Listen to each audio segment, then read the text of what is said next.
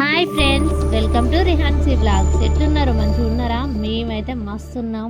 ఇక మన ఛానల్లోనైతే long video పెట్టుకుని అయితే బాగా రోజులు అవుతుంది కదా అని చెప్పేసి ఇక ఈరోజు వీడియో ఏంటంటే, మనం నార్మల్గానైతే ఏం నాన్ వెజ్ వండుకున్నా కూడా మనము ఇక ఇంట్లో అయితే ఇక అఫీషియల్గానైతే పొయ్యి మీద వండుకుంటాం కదా, గ్యాస్ మీద.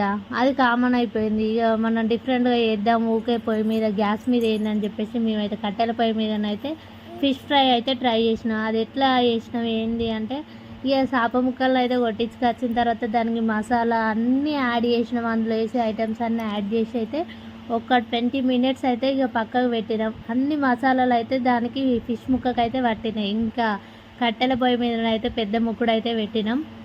ఎట్టే టైం అయిపోతుంది కదా ఎక్కువ వేస్తే అని చెప్పేసి ఇక మేము ఆ ఫిష్ ఫ్రై చేసేసరికి అయితే మధ్యాహ్నం అయింది. ఆ మధ్యాహ్నం 1-2 అయింది.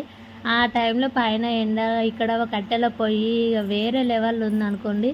ఇక మొత్తానికైతే ఇక నూనె పోసి అవన్నీ ఫ్రై చేద్దామని వేసినాం.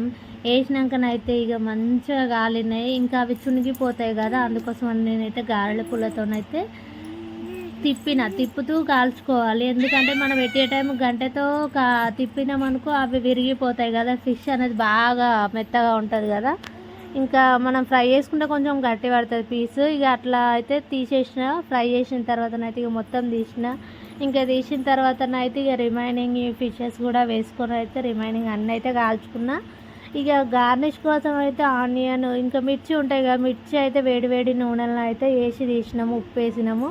ఇక మంచిగా గార్నిష్ చేద్దామని చెప్పేసి కొత్తిమీర, ఆనియన్, లెమన్ అయితే తీసుకున్నాము. మంచిగా ఫిషెస్ అయితే ఒక బౌల్లో పెట్టి అయితే ఇట్లా డెకరేషన్ చేసినాం. ఇక అది చూడంగానే తినాలి అనిపించింది. ఇక ట్రై చేద్దామని ఇక ఫస్ట్ నేనేం తినాలా అని ఇక మా శ్రీకాంత్కి అయితే ట్రై చేయమని ఇచ్చిన. మా శ్రీకాంత్ అయితే రిస్క్ చెయ్యా అన్నాడు. నా ఫోర్స్ మీద తిను అన్న తర్వాత అయితే తిన్నాడు. ఇక తిన్నాక ఒకసారి రియాక్షన్ చూద్దాం ఎట్టున్నది ఏందనేది.